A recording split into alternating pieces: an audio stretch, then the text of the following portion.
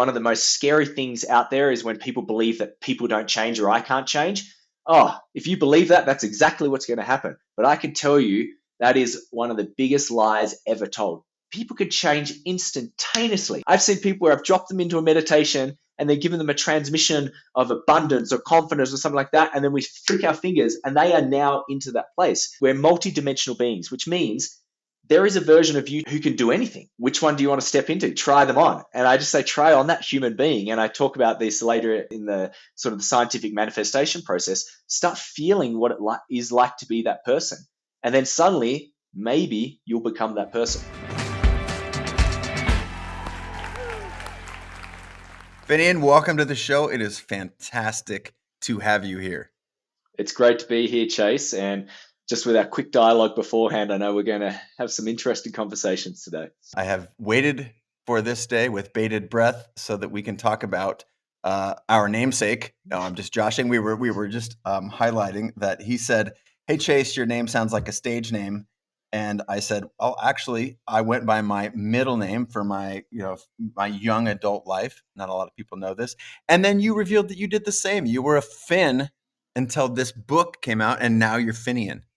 Yeah, which is your actual name. Yeah, Finnian's my actual name, but I never was called it my whole life. And it was one thing I really loved from my parents was my name. It did make me stand out, but it was Finn. And then when I went through this series of life events, which really was inspiration to this book about 7 years ago, I started healing these younger versions of myself. And I went, you know what? It's time to actually just step into my full name and become an adult. So that's when I've claimed Finnian. There also was another reason though, Chase. This is a funny story. So in Australia, there's a soap show called Neighbours, which is similar to like Days of Your Lives here and everything. Sure. And there was a character that came on there, which was called Finnian Kelly. And he was this teacher, but he wasn't a very nice guy. He was a womanizer. So suddenly Google was just hammered with Finnian Kellys, and people start asking, like, what have you done? And then I realized, all right, I need to actually definitely own this name. So I stepped into Finnian Kelly as well. Well played. Well played. Well, the short version for me, as I shared with you, is that I was born in the 70s and the name Chase was not sort of like a name. People are like, what? That's not something you call people. And so I went by my first name or my middle name, which was Aaron. And finally, after college, I rode that all the way through college. And then when I escaped to Europe, live out of a bag for 6 months and then returned and moved to a different state to chase the idea of becoming an action sports photographer, just snapped my fingers and one day was Chase, and it felt like a coming home, as they say. Yeah. And that's a big lesson. How often are we not enabling ourselves to change into something else because of our current environment? So I always think about that with a haircut. We're nervous to get certain haircuts, and I've got long hair and I'll be nervous to chop it because everyone will be like, whoa, that's so different. However, if I just went into a whole new group of people, they wouldn't even know. They would just assume that's the way my hair's always been. So that is a big, maybe just something to think about, is what's stopping you from expanding. Maybe you need to make a shift into another environment, or just change your perspective and realize no one really cares. It's just our own story that's making it. It's so true. And what I would add to that beautiful nugget that you just shared is the belief somehow that who you were yesterday and who you want to become today takes some time to change. Yes. It's just fiction. It's a story that we've told ourselves. I've got a book coming out in the fall, and I wrote extensively about time in there because this paralyzes us. They're like, what do I have to do? What are all the steps? It's like Yoda, do or do not. There is no try, right? It's just you just step into a different person. And this is a magical segue into your new book, which I'm hoping that you might take a second to introduce. I'm busy reading the PDF of it because it's not out yet, but soon, very, very soon, as in like tomorrow. Yeah, it's a big date. It's a big week for me. It is a big week. Please share a little bit about this work of staggering genius that you're sharing with us. Well, thank you. So it is called Intentionality, and the subtitle is A Groundbreaking Guide to Breath, Consciousness, and Radical Self-Transformation. And really what it is, it's a distilled source of content from my 7-year journey from going to a place where I'd achieved my vision in my life to only have the illusion come crashing down that when I achieved that vision, I'd suddenly feel this magical feeling that I was hoping I'd always feel. And then it went on this deep exploration of going, well, how do I find more peace, love, and joy in my life? And at the same time, be a peak performer, high performer, create what I want. And I'm very proud of it. And my biggest passion for it is that I was very privileged that I had those 7 years to do that. I was in a place where I had financial resources, I had a connection, a good network. I'm an avid reader. I have access to a lot of incredible people, and I was able to take that space. And I want to talk a lot about space today. I was able to take that space to actually go inward and explore. Not everyone has that, and it was also very hard for me. I was shocked how hard it was to find truths. But then as I went on a larger scale, I found a lot of truths connected through everything. And that's what I've distilled in this book and basically gone, if there's one thing you need to read this because it's a distillation of everything else. And also it's very simple and it's applicable and you can apply it in your everyday life. It's not just a theoretical experience. As you're reading it, as you've probably witnessed, is you'll be trying things on. You'll be like, oh, wow, that worked. And that's a lot better than me teaching you and telling you to do something. I always say, don't trust me, like have an experience with it and then trust yourself. Well, that concept of trusting oneself seems very easy to say, very hard to do. And all we need for proof that it's difficult is to think about our own experiences. I feel like there were times, despite, as you mentioned, being, privileged in one way. I was born white and male in America. And, I those things notwithstanding, all of these sort of transformations were among the that I've made were among the most difficult. And I found that I betrayed myself time and time again. And it came from, or I guess the growth that I managed to scrape together was in learning to trust myself just a little bit more each time I made a mistake. And you talked about how difficult your journey was. And if you take me at face value here and you say that's a difficult journey, the journey to learn to trust yourself, let's start there. Like, how ought we think of this as, what are some of the pitfalls and what should we look out for? And what are some ways that we can, again, through the lens of your new book here, Intentionality, that we can learn to trust ourselves more, better? So trust is a funny thing. There's a saying that, trust your instincts. And I'm very nervous and apprehensive about that because a lot of our instincts aren't actually something we should trust. In some regards, we have a hardwired survival-based program in us that anything that brings up a little bit of fear, we innate that we're going to die. So it could be an email. We think, this is a life-threatening experience because we're still running off this old paradigm. And also, through our experiences, through our coding, the coding is the word I use in the book a lot, is we can have beliefs formed into us, which then dictate our daily thoughts, our behaviors, and our feelings, which may not actually be true. So I always give the example of there's some people who hop on a plane and they're convinced that they're at risk and they're gonna die. And their instinct is saying, get off this plane, do not trust this plane.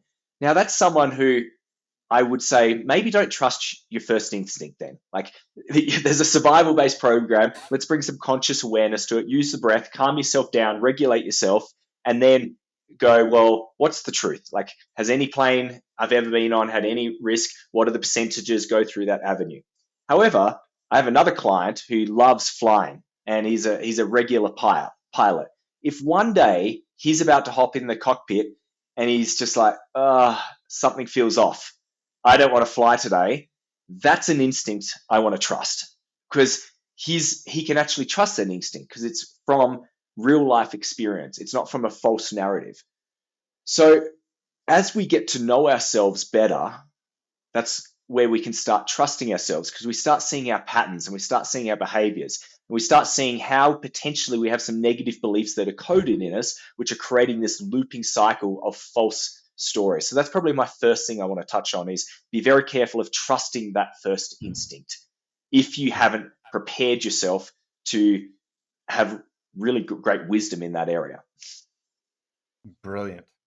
The distinction between those two things is, I would say, 99% clear, because there's a lot of people. I think the flying example is also so perfect, because if you have 10,000 hours flying a plane, you really ought to. Mm-hmm. Is there a gray line that you found in your research where it's tough to know if I should be working on my breath and trusting my intuition and listening to those messages that are coming in my head, and a very clear line where you're like, I clearly don't know what I'm talking about? Is there a gray area there that you found in your research or your own life Yeah, experience? yeah, there are. And it all depends on what state you're in when you're actually making that decision. So, for example, if you're in your head, you're in a fear based place, and we can recognize we're in a fear based place because two things happen. Uh, we have a physiological experience with our breath, so our respiration will change. It might get shorter, shallower, it might constrict up here, and then there'll be sensations in our body. That's two things what happen anytime we have any form of stimulus. So when we're in a fear based place, by the nature of what's happening, is the body goes, okay, I'm in fear. I'm in a place where I want to like freeze or I want to run, like flight or fight. And what happens then is literally our blood flow diverts from our brain and goes into our limbs in order to run for that intensity. Now, that's great in the survival based ways of the old ways where we used to live with the animals. But now, what does that do? By nature, blood flow is not going into the brain. That means we're getting less energy into the brain, which means we're literally becoming dumber. Like we can't make as rational decisions. So that's where we get hijacked. So first, what I'd want us to do is check, are we in a fear-based place or we're in a love-based place? When we're in a love-based place, our parasympathetic nervous system is activated. We're feeling relaxed. Our breath is more expansive. And then we actually can start using our breath to bring our heart and brain into coherence. So that's another part that we want to do. We don't want to just be making decisions with our brain. We want to be making decisions with our heart, because the heart has this whole intelligence source, which is actually more powerful than the brain. Some really interesting things about the heart is connected to the all. It's intuitive. It knows the answer to your question before you even ask it. It's just anticipating everything. And it sends information up to the brain to check it, and then it comes back. So when we're in heart coherence, that's the best place to make accurate decisions. That's when the brain and the heart are working together. And that's when we can check in and go, all right, I'm asking myself, what's happening? And then the response, what happens in our body, will tell us the truth. If suddenly we constrict and we tighten up and we go inward, that may be a sign that, oh, this isn't good for us. But if it feels expansive, that can be really powerful. And that's where intentionality is a feelings first approach to living and leadership, because we actually start using our feelings to be a superpower for us and to help us make decisions. And we spoke about time before. One of the great limitations is that people are running in a time paradigm. They keep saying, I don't have enough time to do this. Why run in that paradigm? Like that's a limited. We don't need more time. We need to get better at decision making. And how do we get better at decision making? We start leveraging our energy. And when we do that, life can be super expansive, and you can just shift consciousness like this and go into a different parallel reality. That is about as elegant a description of that experience, what it feels like to be in a position of both fear and calm, and how you get there, and the decision process that is incredibly elegant. And I want to call attention to the point that you have already leaned into pretty hard, which you opened the book with, if I'm not mistaken. It was a couple hundred pages ago for me, but it was the breath, right? Mm-hmm. As this radical leading indicator and powerful tool or attribute that we all have at our fingertips. I'm wondering, maybe you can give us a little more context and color there. Yeah. So a lot of the reasons why we can't be someone, create someone, is we like to use different excuses of, well, I wasn't brought up in that privileged environment, or I don't have access to these financial resources. And yes, there is a huge amount of inequality in the world. We can't argue that. However, when we play in that paradigm, we're controlled. We become the victim and we're not the creators of our reality. So, what I want to do, and this is what I've done in the whole book, is what's the great levelers? How do we connect people to the truth that makes everyone equal? And there's a few things that we are born with that we all have equal opportunity to. We all have access to the same universal support. And I reference something called the universal mind, which is also in physics referenced the unified field or the mind of God and absolute. We all have access to the same energetic field that creation comes from. We also have access to the breath. And the breath is an incredible tool that we can use to change our both psychological state and our physiological state. When you think about breath, it represents life. When a baby comes out, and this is about to happen in 7 weeks for me, I actually have my first baby son. That breath comes out. When it takes that breath, it represents life. And if you're ever privileged enough to watch someone cross at the end of their life, they let out that breath. And that represents the end of this life. It's a thing we can't live without for the shortest amount of time. So that tells me it's very, very important. The other cue for it was the breath happens automatically from the autonomic system. We don't have to think about it. You're not thinking about your breath right now, but you're breathing. It's keeping you alive. Breath plus glucose equals energy. It's the fuel for everything. However, unlike most of the other faculties in our body, like our blood pressure, our digestion, we can also consciously control it. So we can use our conscious mind to control our breath and change it to get different states of ourselves. So that starts telling me, wow, this is the bridge between the conscious and the subconscious minds. Maybe this is the way we can bring awareness to what is happening on a subconscious level. And our subconscious is determining 95% of our daily behaviors and decisions, to then go, is this serving us or not? And do I want to override the program by using the breath to create space, suspending for a moment and going, I see where this program goes. I've seen how this plays out. I know exactly where this goes. I'm going to override this program with a new behavior and then potentially get a completely different outcome. And that's why I'm so passionate about the breath, because it gives us freedom. It stops us just running on autopilot, effectively gets you out of the matrix. Brilliant. Yeah, I heard it described once that if the breath was a medication that you could prescribe, it would be universally prescribed because it's among the most powerful thing that both changes our physiological and our mental emotional state. It has the capacity to do those things at the same time and almost instantaneously, right? They give people medicines for your blood pressure. And yet, if you take 10 deep, slow breaths, every doctor on the planet can virtually guarantee that your blood pressure will go down. Totally. So, like that, if you're wondering if this is powerful medicine or if what Finnian is saying has a basis in science, absolutely. And it is like, you can't argue with this. Just measure it. Breathe 10 times slowly.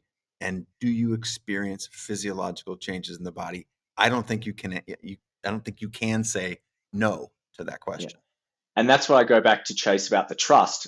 You can trust your experience more than me intellectually telling you something. And this is one of the big limitations of our modern day intellect. It loves to feed on information. And, with the internet now, you can get access to so much information, and nothing is a secret anymore. Like, there is a playbook for anything. You want to become anything, be anyone, change everything. You don't have to work it out yourself. It's already out there. However, most people are still staying the same. They're still in their limitations, limited by their own belief sets. And that's because there's a big difference between understanding something through the intellect and knowing something through an experiential level. I can talk all about the breath, but you'll be like, oh yeah, that sounds great, but you probably won't go do it. But if like you said, if you go and just drop in and have some breaths and use it in an experience where potentially it would have caused a lot of unproductive behaviors and you see a different outcome, you will then trust it and you'll go, oh, this works really well. Now, going back onto your medicine analogy, one of the challenges is that we have been coded from a very young age to think that if anything's wrong, I need something from the outside to fix me, someone else. I can't do this myself. I need someone else. I need the doctor to prescribe this to me. And instead, realizing we were born with everything. We are our innate healers. What can we do ourselves? And we've shown this through science as well. This is the amazing thing. What is the placebo? The placebo is just ourself. It's literally there. And it's the most studied thing in science is the placebo, but we're not focusing on why is it that certain pharmaceutical drugs as deep doubted are so great when they're literally maybe 1% better than placebo? Why aren't we focusing on the fact that the placebo is getting nearly the same effect? What is the healer? Is it the pill or is it us? And the more we connect to our breath, the more we connect to our true self, and we realize that we are not limited. We are not small. We are divine beings. By the nature of the God or source energy or universe being omnipotent, and it's in everything, and we are manifestations of it. So that means we have to be powerful because we are all knowing, all creative, divine beings. The body, as they say, is the most advanced pharmacy on the planet, right? It can create medicines to heal cancer in a moment, to relieve pain, in a millisecond, to change our psychological, physiological, any of these states. It's like they've shown all of these attributes that the best pharmacy we have is already within us. And again, your framing is just magical. And this is the point in our discussion where I put a pin in this and say, this transformational point of view on life and living our best version of it is fascinating to me. And what brought you to want to study this? Because this is not everyone's path. Involves studying this stuff such you could write a book and go on to change millions of lives. But clearly there's something in your past that inspired and or motivated you to get into this. So I'm wondering if you can share that experience. Definitely. So there's a lot of events all lining up together that created this. One, probably the core, was I had a childhood experience where I created a perspective, a story that I couldn't really trust my parents, and that I wasn't getting the love that I needed. And that created a high drive to protect myself, stand on my own, and go, right, I'm independent. I have to go do this. And that was incredible in a lot of regards. I was the youngest person to do everything. Youngest person to finish school, youngest army officer, youngest person to finish degrees, youngest entrepreneur to get certain results. And I was kept moving through life. And in the material realm and what people define as success, I was crushing it. And the funny thing was, I was living a very intentional life. I was very clear. This is where I'm going. This is what I want. However, it wasn't until I had actually achieved my vision for my life and I couldn't trick myself anymore that sometime in the future, that when I had all this, and it wasn't even about money or anything. It was just about, once I create this life, fall in love with this woman, have this freedom, have this space, have this recognition, that perhaps I'll feel safe. Perhaps I'll feel worthy. Perhaps I'll feel okay. And it didn't happen. In fact, it got a little bit worse. And then a series of events that seemed random at the time, but as you go further on this path, you realize nothing's random. That's the one law of the universe, is that chaos is there, but it's actually all completely planned out. It forced me to go through, it put me into this destructive place where I was completely devastated. And I was so sad, and I met financial loss, identity loss, my wife, I had a death in the family. There was a series of different things, and I was just all alone.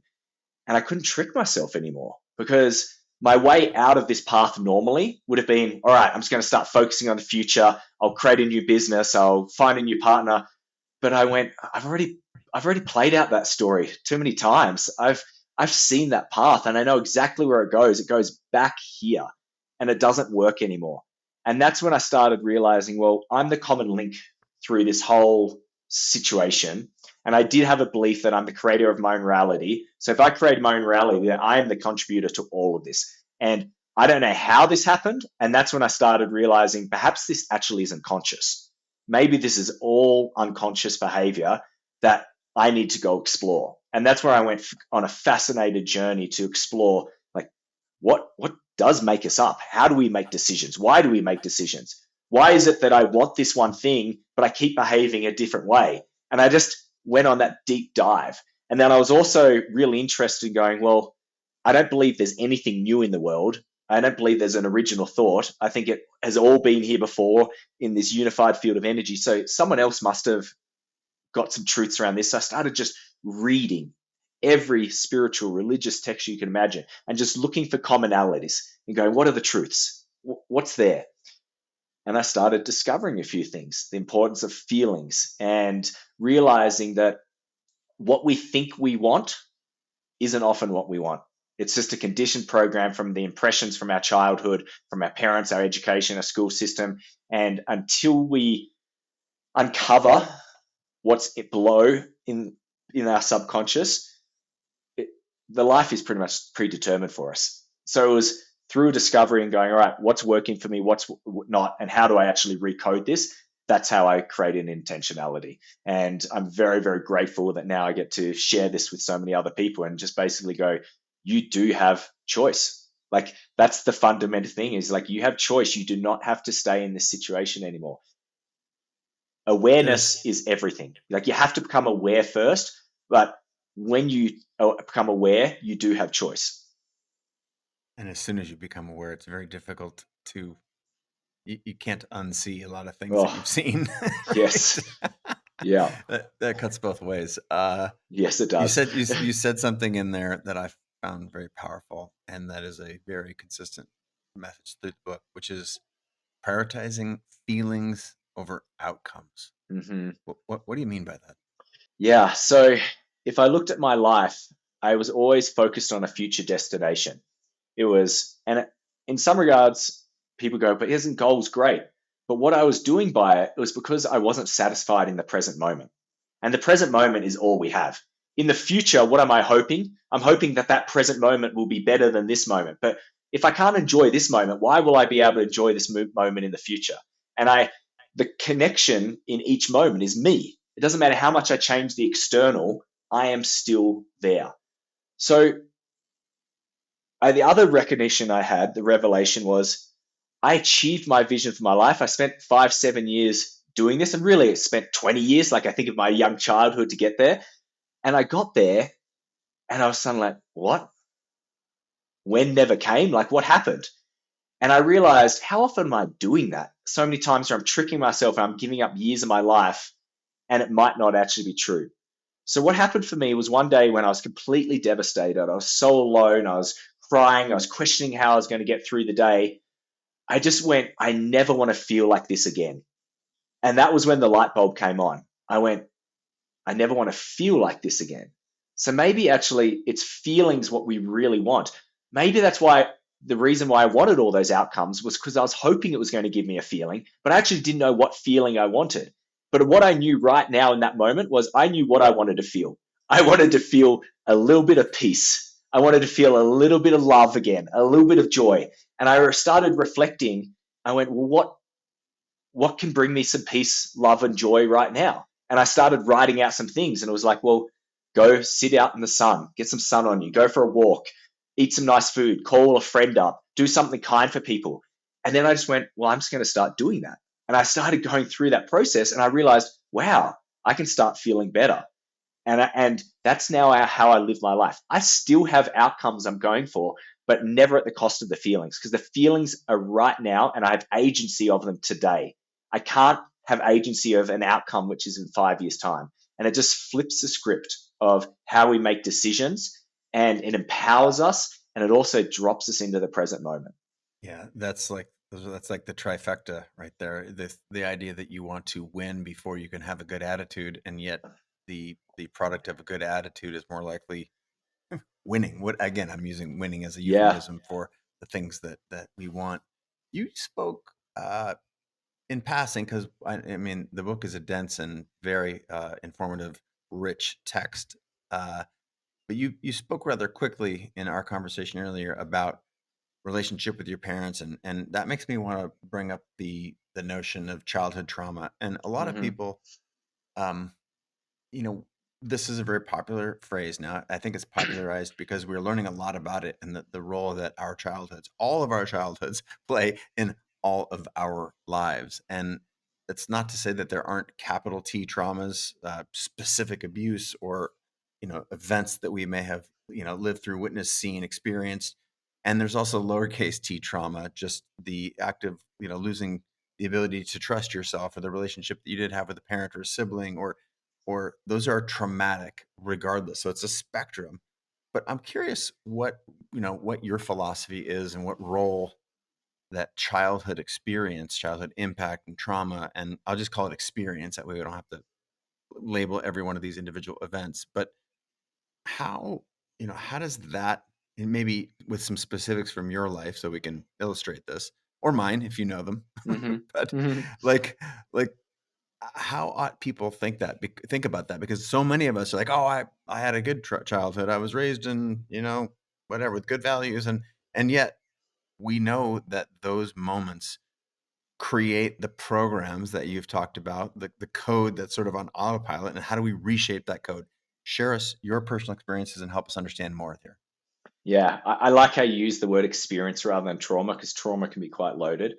Yes. There isn't a single child that was ever has got what it needed, because when a child comes out, it is consciousness. It's just pure consciousness. It's a divine being. It's straight source from God. And what that divine being needs is unconditional love. I don't know a single human who is capable of unconditional love. Like, there's always some ego personality that comes through. So that means it doesn't matter how wonderful your parents are, at some point you didn't get what you needed, and then in that experience you can create a perspective, and unfortunately you don't have the conscious awareness there to really understand that perhaps that event isn't really about you. You just have a felt experience. That's all there is. In the first 7 years, you're an emotional body. You're just absorbing. And something happens and it feels a little bit off. And that can create a particular narrative that then can stay with you for the rest of your life.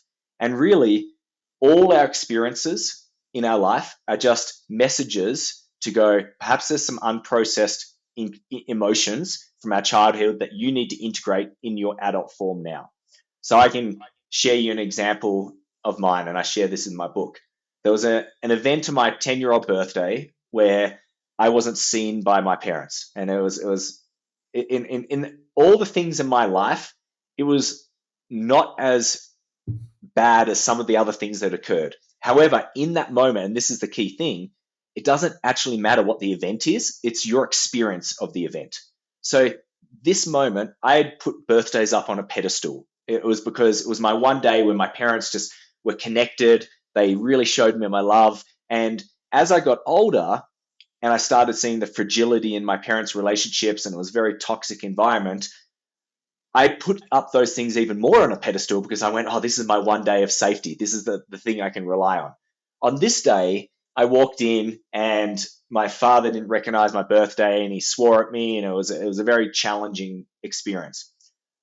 Now, I had no idea that this event was the event that was linking to my divorce 22 years later. If you'd ever said that, I was like, not a chance. I'd even forgotten about it.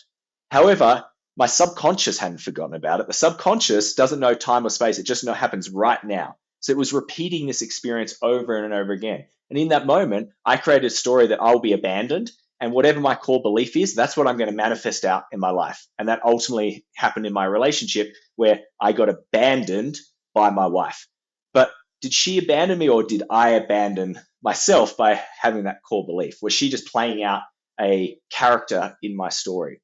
So that's what I'm sharing about the traumatic events. It's just, if you at that time couldn't understand what was going on, you create a story that then just keeps materializing over and over again in your life. And if you actually looked back at the thread of my life, there was a series of abandonments. I couldn't actually see them, but I'm the common denominator. Now, we don't have to be a victim of our childhood. That's not what we're trying to do at all. What I'm just trying to bring is bring awareness. And a lot of people say they had a really good childhood. That's actually a protector as well. That's something they're like, I don't want to acknowledge some of these things. And I'm just going to lump it out as, yep, I had a great childhood. However, it's creating undesirable situations in their life. So I truly believe everything can be related back to some event in our childhood. And once again, not blaming our parents. It's just going, we chose this for a reason. Our advanced souls came into these parents to have this experience and wanted to learn and grow. So what are you going to learn and grow from it? That's the thing. You're not learning and growing if you just keep playing out the program. And I learned so much from that experience. I'm an incredible lover. Like now, I give so much love to the world. I have a greater compassion to connect with people because of that experience. I get to share this with the world. So in a weird way, I'm like stoked for all those experiences now. Like they're not negative to me. However, I had to go through my own experience and my own loving of my younger version of myself to release me from that effect of that my parents were still having on me. Is your intent with the book that this can replace therapy? Is this a supplement? Is this like the understanding and the articulation of this relative to so much, talk therapy? There's so many different therapies and all sorts of different modalities out there. What role do you look as the work that you've done here in intentionality to play? And, how are you able to break through and make a lot of these connections that you're, so articulate around and that you're so able to share with us today? I'm really glad you asked that question because it is one of my key intentions of the book is I want this to be the conduit and the complementer to anything else you're doing. There's a lot of new practices out there which are great and you get to have an experience. However, then you still don't know how to integrate this into your life. This is effectively the playbook that will complement anything you're doing, whether it's therapy work, whether you're doing medicine journeys or anything like this. This will bring it into the fruition and understand what are those different practices doing. The challenge with a lot of talk therapy is we actually are recreating the story. So you'll notice in my book, yes, there's content, but then you have to keep dropping in and experiencing this for yourself. And all practices are trying to get into your subconscious. Changing the conscious mind doesn't work. You're working against a supercomputer. You're basically fighting against yourself. Like you've got to get the alignment between the conscious mind and the subconscious mind and the universal mind. So that's really what the book is there for. And ultimately, I want it to be a bringing awareness of the truth, but most importantly, showing you that you can change, you can transform. That's what it's all about. Like one of the most scary things out there is when people believe that people don't change or I can't change. Oh, if you believe that, that's exactly what's going to happen. But I can tell you that is one of the biggest lies ever told. People could change instantaneously. Like you said, I've seen people where I've dropped them into a meditation and then given them a transmission of abundance or confidence or something like that. And then we flick our fingers and they are now into that place because there is an alternate reality. We're multidimensional beings, which means there is a version of you, Chase, who can do anything. So which one do you want to step into? Try them on. And I just say, try on that human being. And I talk about this later in the sort of the scientific manifestation process. Start feeling what it is like to be that person. And then suddenly, maybe you'll become that person. I do want to go to that scientific manifestation bit. I've had some Harvard trained MDs on talk about the science of manifestation. And it was a head scratch to a lot of listeners because, this concept of science and manifestation seem to like how can we reconcile those things? But I'm here to say that they're reconcilable. But before we go there, I want to just go. We've talked a little bit about the coding process that is sort of DNA and our scripts from our childhood and trauma that is sort of burned into us for lack of a better term. But in the third part of the book, you talk in depth about the recoding. Mm-hmm. I'm wondering if you can give us insights on recoding through, leveraging energy and you've got a bunch of really fascinating material in that part of the book. Yeah. So the subconscious is getting impressed on all day long. The subconscious is on 24 hours, 7 days a week. And how it takes on direction is just through emotions, through feelings. That's when people go, oh, feelings don't matter. And business people love to say that, and scientific people love to say that. That's all we are. Like the subconscious, our most uh, powerful tool we have, is run on feelings. Now, the challenge of the subconscious, the limitation of it, is that it doesn't have the ability to deduce between truth and untruth. It just takes on whatever the strongest emotion is. So if you have a strong emotion and you repeat it over again, then that's what it takes on true, and then it'll create scenarios to revalidate that belief, because that's what we do. We use cognitive dissonance, which is we twist information to support our beliefs, and that's effectively what we do with our reality. And that's why, like, there's some great quotes are like, whatever you believe, like, that's what you'll create. Like, it just naturally happens. So the nature of it being coded means that you also, if you've been coded before, that means you could code yourself as well. Like, you don't have to just get stuck with the same code. You have agency and go, well, this code isn't working for me. What code would I like? And that's where we go through the recoding process. There's two really core categories that I talk about to recoding, and there's other ones, but I like to group and simplify. One is through repetition. It's repeating the behaviors that will get the feeling to then create a new program. That's like brushing your teeth and flossing your teeth. It's like the daily work. And then there's something called energy interventions, where you can go in and dislodge the suppressed energy, because that's all a subconscious program is. It's a feeling state which creates an energetic experience. Use energy to dislodge that, bring it up, and then put new code in. So I believe there's a few like really core negative beliefs that have been coded into us. One is, we've spoken about, it's like we live in a time construct, time paradigm. But that's very limiting. Instead, I want you to focus on energy. Like, how do we leverage our energy? We know that we can be low energy and we can activate our breath and we can suddenly feel good. We can change our body posture and we can feel great. We can get some sun, connect to the earth, and there's ways we can use our energy to impact others. So that's one way.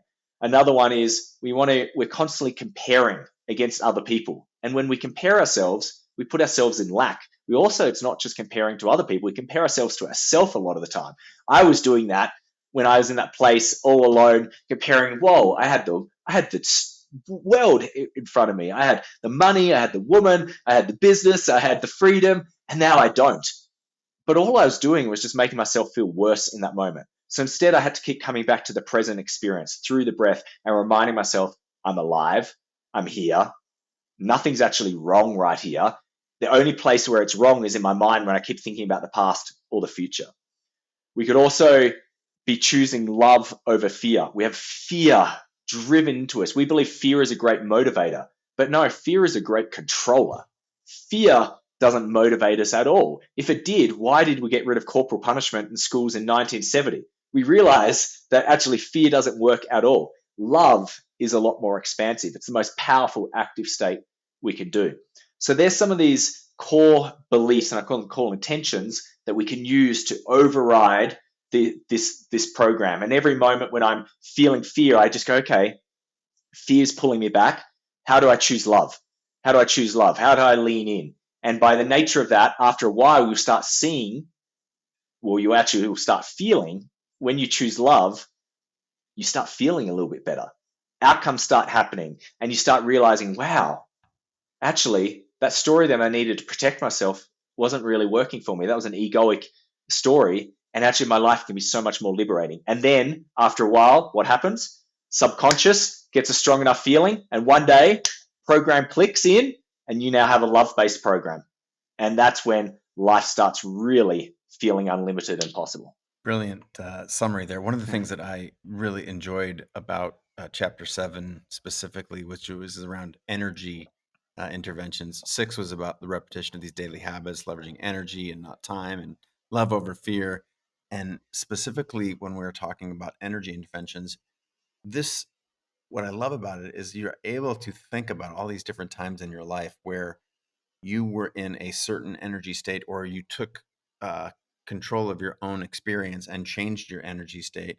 And lo and behold, things start happening for you instead of to you, right? And this Yeah. is you have articulated a handful of the different ones. Sound, temperatures. We talk about, saunas and cold baths. Tony Robbins as an advocate of jumping around. Well, the jumping around is not that like literally jumping is the thing that you need to do in order to transform your life, but it's the change in energy in your body. Or sensory deprivation. You talk about vision quest. There's all sorts of different vectors and vehicles that we have, toward this energy. And I thought it might be interesting to know a little bit about your preferred energy interventions. Mm-hmm. Mm-hmm. So just on the energy, at our core, any scientist, physicist can share this, is we are just energy. That's the only thing that we can actually work out when we break everything down. It's just energy. And what is energy? It's vibrations, and vibrations resonate with other like vibrations. So if we are low vibration, then that's who we're going to become in frequency with. We're going to start attracting people, situations, places which are low vibration. But also by nature, if we're high vibration, that's also what we're going to bring into our life. So if you don't like what's out there in your life, realize you're just a magnet and it's attracting what's internal. So rather than focusing on external, we need to go internal and go, what's my state? What's my experience like this? My favorite energy interventions, there's a lot. And that's one thing I share in there. I go deep into all my different experiences to show that there are so many different options and you can sample them out. Obviously, breath is my favorite one. I am shocked every time I do a deep breath journey. I'm not talking about a casual just breathing in and out through the nose. I'm talking about a deep upregulated breath, sometimes breath holds, and seeing what happens when I just use this breath and I have nothing from the external state and I'm traveling to different dimensions. I'm seeing people I've lost. I'm having beautiful just places where I'm completely in a love-based feeling place, and then witnessing other people go through that experience. Doesn't matter. I've guided tens and thousands of people around the world, and I am in awe every single time. It's like watching. It must be like watching a baby come out. Like I don't think you'd ever get over that. It's like watching true consciousness come through. One other I really enjoyed was a darkness retreat, though. I did a darkness retreat where I spent 5 or 6 days in a darkness cave underground where you couldn't see in front of your eyes the whole time. And what was really beautiful about that was it was a sensory deprivation experience, and it forced me to really face the truth of the present moment. I didn't distract myself by breathing, meditating, doing push-ups or anything. I was just sitting in the boredom and allowing the space to bring forward some truths. And in that place, there was no new content going through. So then I could change my context of the content. And that's when I realized that is all life is. It's just, what is our perspective? What is the context that we're looking through the content of our lives? And if we can change the context, doesn't matter what's happening out there, we can be completely liberated. And that's really what I want people to take from this work. You mentioned early on in our conversation, we wanted to talk about space. And that was where I sort of wanted to bring that up because it's a very powerful concept that is not, we talk, I think pop culture is aware of, childhood trauma and, repetition of things to make them habits and choose habits that are helpful and healthy and, and fixed mindset, belief mindset. You've sewn these things together in an absolutely poetic quilt. And Oh. the way that you talk and think about space is, I think, really unique. I'm wondering if you can share a little bit more on that. Yeah, this is becoming more and more prevalent in my work at the moment, and for myself as well. I'm witnessing that if we're constantly doing, then we're operating on our paradigm. We don't have access to this universal mind of energy to provide insights to come through us. I know there's a lot of creatives that are in this audience, and I guarantee most people know that their best creative work came forward when they were walking in nature, having a shower. Archimedes did it in the bathtub, and that's because they weren't thinking and they were just present in the moment to allow insights to come through us. So space becomes everything. Space allows insight. Space allows us to reflect, to observe, to calm down our nervous systems. And in that place, that's where the greatest creativity comes from. That's where we can actually produce the most. And it's a very strange thing. I work with some of the top leaders in the world, and leaders, because as they've been going up, it's like, well, I've got there by doing, doing, doing, doing. And I said, well, that won't work anymore. The leaders, you actually need to have the most emptiest calendars out of everyone, because everyone else is doing. You need to be allowing the insights which are going to revolutionize this company. You're the only one potentially who can experience this. And even that's a story. Hopefully we can create space for other people, but we need to create space for ourselves first. So when you have the space, think about it. Everything exists because of space. If there wasn't a space in this cup, there would be no cup. Space is everything. So are we seeing that? Are we feeling that? I feel like this is one of the most counterintuitive, the line that you shared about a calendar. I've shared that line before on other episodes of the show. It's just like, a billionaire's calendar is not empty because they're a billionaire. They're a billionaire because their calendar is empty, or something like that. It's like there's this. It's it is a. I coach a handful of world-class performers, and in a one-on-one capacity. I just started doing this. I have long been a mentor, and I just started doing this. And it, in part because it's selfish, it feeds a really connected human piece of the experience, the human experience that I want. And I would say that one of the most powerful things that comes back is that whether, I'm often just a thought partner, and cultivating the awareness that space is value. Like, if you want to transition from one career to another, you need space. So just work as much as you need to get, to pay your bills and, a little emergency fund. But what you really need is space to dream, space to think about how to become and take actions toward the way that you want to move and be in the world. Like, without the space, you cannot do all of the same stuff. And your explication was much more graceful than mine, but I can't get over the power that space has, the ability to think and dream and help us be and become the people that we want to be, how valuable it is. Definitely. And we see this all the time. People want to know the next thing before they can end this thing. But the reason why you're dissatisfied is because this thing isn't for you. And you're operating on a particular narrative. And the only way to release that is to bring space into your life to then explore what truth comes in. Now, at the start of this show, we were connecting over a fellow connection, Wes from the Lumineers, one of my favorite bands. Same. And a great friend, such a great guy. Now, what he's doing right now, they're top of the world, Lumineers. They could be crushing out shows, making so much money. However, what's he doing this year? He's taking the year off, and they're taking space to record their new content.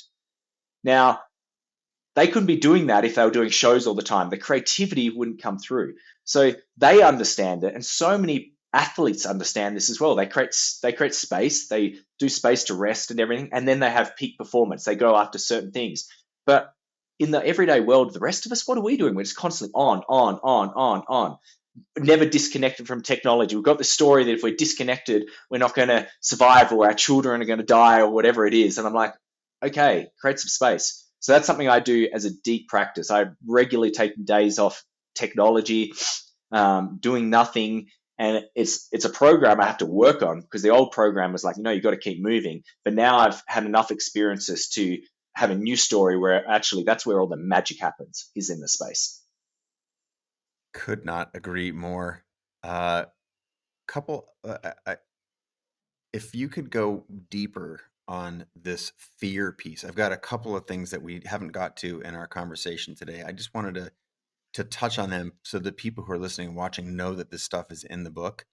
You are are so articulate about so many of these things. And it is fear. We talk about the code that we're running. What piece of fear do you feel like is not helpful, and which pieces of fear are helpful, and how do we tell the difference? You go deep on this in the book, but just help us understand a little bit so that people know that there's a lot of this in the book. And I say this specifically for the people who are identify as creative in the audience. Like, fear paralyzes more creative output than anything that I have witnessed in my lifelong pursuit as a creator myself and helping others. So talk to us about some of this fear that you seem to know so much about. Yeah. So it's not that fear is bad necessarily. We just have to ask ourselves, is it serving us in that situation? So the first place I really started learning about fear and the breath was actually in my army officer training. We Mm. were we were leading soldiers and would get uh, in combat, and the soldiers would activate their automatic programs, drop to ground, start shooting, and the officer, naturally, fear would run through us. There'd be a surge of cortisol and adrenaline. And that's great for the soldiers in some regards because they're doing things. But for us, we have to make the decisions in that moment. And as what I shared before is if we're in fear, our decisions aren't really valid. So what we did straight away was drop down to the ground and we started regulating our breath. By nature, when you start slowing down your breath, we start activating the parasympathetic nervous system. We start feeling more open, more expansive. We had to remind ourselves, like, this is what we've been trained for. This is what we're good for. And when we did that, we would start expanding and would start being able to see the bigger picture and connect to it. So that was one place where I was like, yes, fear was great because it alerted us. However, that fear was not going to help the next situation at all. It was just actually going to compound mistakes and cause more problems.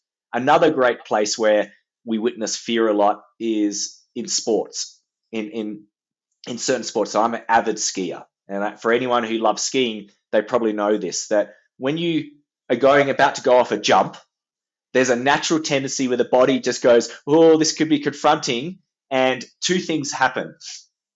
We either wash off our speed and we shut down our breath, like we constrict.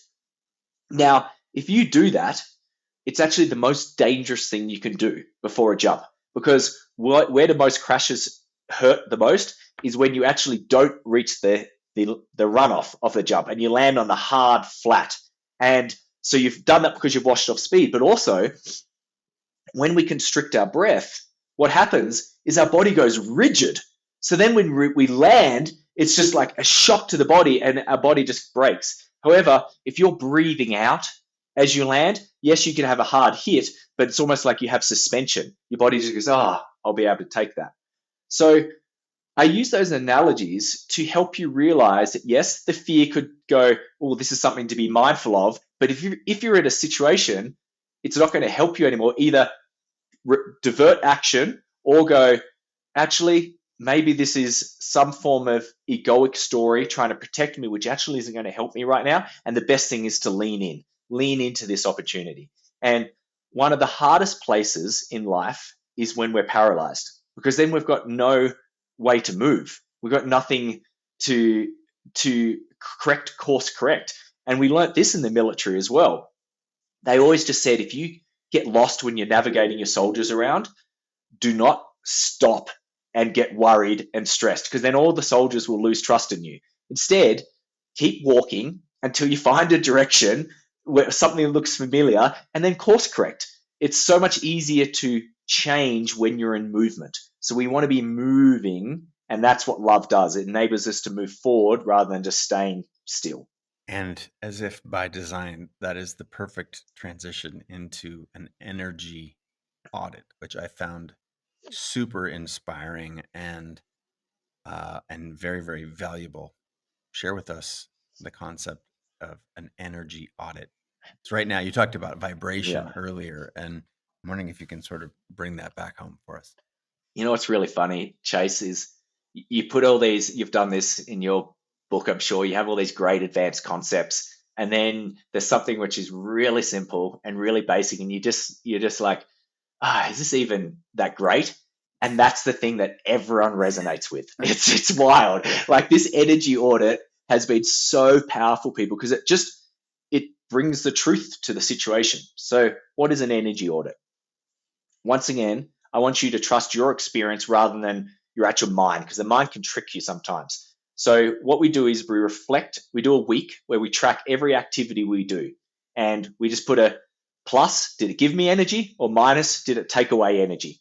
And the way we do that is we just check in before we started to the end, and your body will tell you straight away, oh, that was an energy drainer, or I felt energy.